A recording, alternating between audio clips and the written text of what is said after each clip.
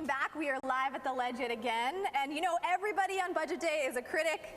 This man has the official title when it comes to finance. That's right. We got NDP finance critic Trent Witherspoon here. And for more on this 2013 provincial budget, where do you think the biggest mistakes were in allocation of money or non-allocation of money? Sure. Well, this is really a budget that punts debt down the road and is very much a credit card budget that puts it on the next generation, asks our kids to pay for it.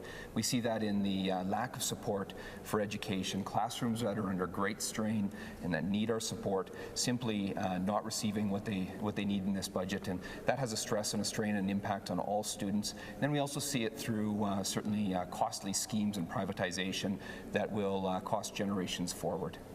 Now, Trent, you called this a credit card budget. Right. Now, this is the lowest spending increase we've seen in years, 3.1%. Now, doesn't a credit card budget mean overspending right now? Isn't that the opposite of what the government has done? Well, credit card budget in the sense that they're asking the next generation to pay for it. Certainly we see that through education, but also a credit card budget in that this budget is adding huge amounts of debt. Now, government, the way they report our finances is misleading and wrong, and they aren't always clear on this point, but this budget actually adds over 2 years $2 billion of debt, along with new costly, risky schemes, which are these P3 privatization structures that cost us more through the long run and really asks our kids to pay for it through the long haul. Of course, one of the increases would be to taxes on alcohol and cigarettes. That's leading to some controversy in some respect. Where does the NDP stand on that, and would you maybe consider looking at something like a junk food tax? Well, no, I think at this point, what I take out of this is that government's looking for dollars everywhere that they can, and certainly will continue to listen to folks as it relates to all of the impacts of this budget. It is awfully hard to criticize a tax on tobacco, for example. And as far as the junk food tax, certainly that's not something we're advocating. Now, Trent, let's go back, to the P3. You were talking about that a little bit, that the long-term spending is going to be worse for us when we take on debt. What would you suggest versus a P3 though?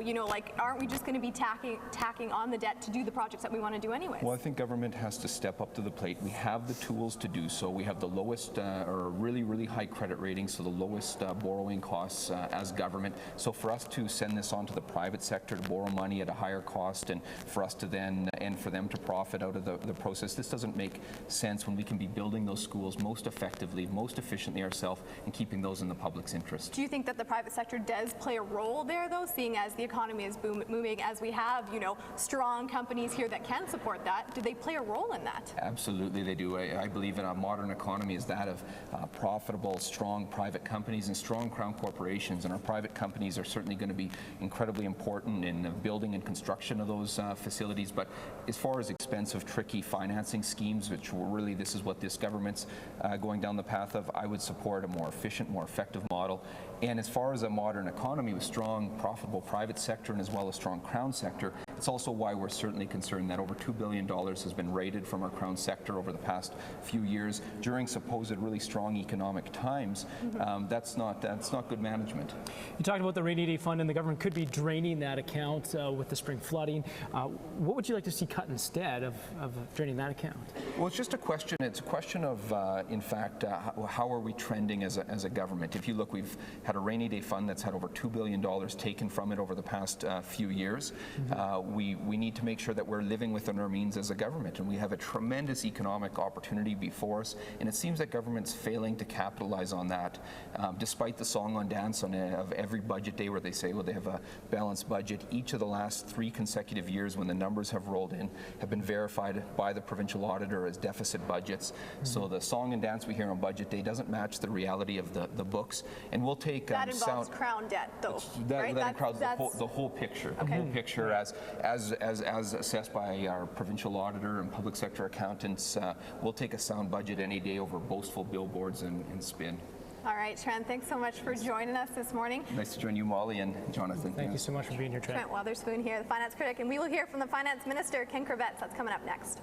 2013 provincial budget, and here's a quick breakdown. We're going to recap it here for you. For now, the budget calls for about $11.5 billion in spending. Around 40% of that will go toward healthcare, our province's largest investment area. Education will also get a good chunk as well, though post-secondary institutions did not get the dollar amount that they had asked for. It was a little bit slightly under what they had called for. Now we're going to talk with the man that everybody wants to talk to, the Minister of Finance, Ken Kravets. Thank you so much for being here this morning. Great. Glad to be here. Appreciate you doing On the this. second day of spring. That's right, whatever that is. Minister Kravets, 2 weeks ago we saw Alberta put out a budget as well. We saw some big changes there. We saw a government that had a balanced budget for years turn into a $2 billion deficit. Is that something that you looked at in consideration of looking at our own finances here in our province? Well, I think for the term of government, for our 5 years, we have looked at fiscal responsibility as a key to ensuring our budgets are balanced, and that's exactly what we have done. When you have the revenues that exceed expenditures, you have a surplus and you have a balanced budget, and that was the goal. We understood that revenues have declined, especially in the sector of non-renewable resources, and we had to take that into consideration. On the positive side, the province of Saskatchewan is growing extensively, and as a result of that, we've seen some significant increase in taxes. Not only personal income tax, but the sales tax, corporate income tax, and as a result, with those kinds of goals in mind, we produced a balanced budget. As you just mentioned, the national revenues have dropped off a little bit. Having said that, looking at this, budgets are supposed to be optimistic. What did you learn from last year in those overshoot bringing towards this budget? What I learned is that affairs outside of the province of Saskatchewan can control your budget extensively, right. And we saw that when we looked at last year. We had a projection in the budget for about $3 billion of revenue from non-renewable resources, and by mid-year, with the price of a barrel of oil falling by about $10, by the fact that the potash sales, not only the sales but the actual value for a ton of potash was down, we were out about $600 million, and that was balanced off by the fact that we had a growing province. So this year, we've looked at the same ranges, the financial institutions, the private sector that give us the estimates of where we're going to look at. The amount that we're expecting from non-renewable resources this year is significantly down. So, it remains to be seen whether or not the price of a barrel of oil will remain at $92 or whether it'll rise to $100 a barrel. Minister Kravets, the business community has said, they're positive about the skills and labor initiatives you guys have put forward. However, the post-secondary issue has seemed to be, a little bit controversial. We've seen U of S have massive cuts. We've seen U of R saying 2%, 2.1% is not enough to keep the programs that they have, to keep tuition down. How do you see public universities being sustainable in the long run if the money that they're getting from the government has consistently been going down? Well, the money from our government has been very significant and has not been going down. Over the first 5 years of our term, actually now the 6th year, we've increased funding to universities by over 41%. So when you look at that, that's about a 7% increase in each of the last 6 years. This year, they're getting a little bit less. They're getting 2.1%. It's still a number that's significant in relationship to what everyone else is getting. So when you look at what has happened in Alberta, for instance, with a reduction of $174 million to university funding in Alberta, we did not want to go that way. We knew that we had to meet the challenge, and as a result of even initiatives like putting forward $10 million to begin a new student residence on the University of Regina campus, we've looked at ensuring that we still move forward in advanced education as well. We've got about 30 seconds left. We've been asking our viewers throughout the morning for their questions. We're going to go to Lindsay Dunn and see what one of our viewers have posted on our Facebook page. That's right. All morning we have been asking for questions like you mentioned. The first question is from Jennifer for Finance Minister Ken Kravets. She says, why don't you put a tax on junk food? If you're trying to get people to quit smoking or drinking, then we should be trying to get people to live more healthy by eating better. So Ken, if you didn't hear that question, our viewer asked, you're targeting smokers as well as people who drink with this higher tax increase on those products. Why not tax something like junk food when obesity is such an epidemic here?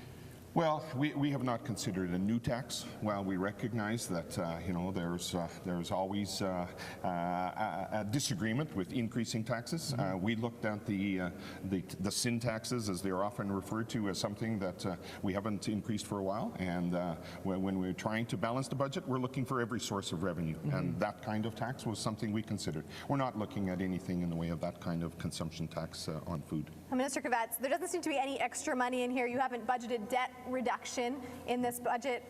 Like, let's say potash oil revenue does really well this year, better than expected, and you have a windfall of cash. Where would that money be going? Well, I think we've shown the people of Saskatchewan what we would do with windfall dollars. The debt of the province of Saskatchewan, government debt when we became government, was $6.8 billion. And then there was windfall revenues in 2008. Since we became government, we have reduced the government debt from $6.8 billion to $3.8 billion. And we've also indicated in our forecasting yesterday that over the course of the next 4 years, we're going to pay down an additional $400 million worth of debt as we committed in the plan for growth. So if there's windfall dollars, That's the first priority? there's a lot of things to do. I'll also mention infrastructure, because in this province we know we have a great need for infrastructure. So it's debt repayment, it's infrastructure, it's making sure we have the programs to move Saskatchewan forward. Ken, we do have one more question from our viewers. We're going to go back to Lindsay Dunn in the studio to get that question.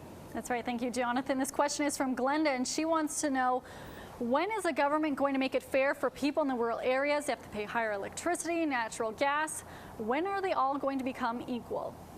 The question, just to reiterate, was the rural areas, they're paying a little bit higher in terms of natural gas and electricity. They're wondering when it's going to be a little more fair across the province. Well, when you look at the Crown corporations and the distribution of rates, there's a lot of subsidy that goes on, especially in remote areas, to deliver Sask energy into rural areas. Sometimes it has to be subsidized, and the Crown corporations do that. So there's a rate rebalancing that occurs often. We try to be competitive across all of Saskatchewan, and that's why we've introduced even measures like standardized municipal mill rates, where a residence in a city of Regina and a residence in a small little town in rural Saskatchewan, they pay the same mill rate. So I think we're trying to ensure that there's balance. Okay. Thank you so much, Ken, for your time this morning. We really appreciate it. And we'll be back with more here from Legislative Building after the break. Don't go away.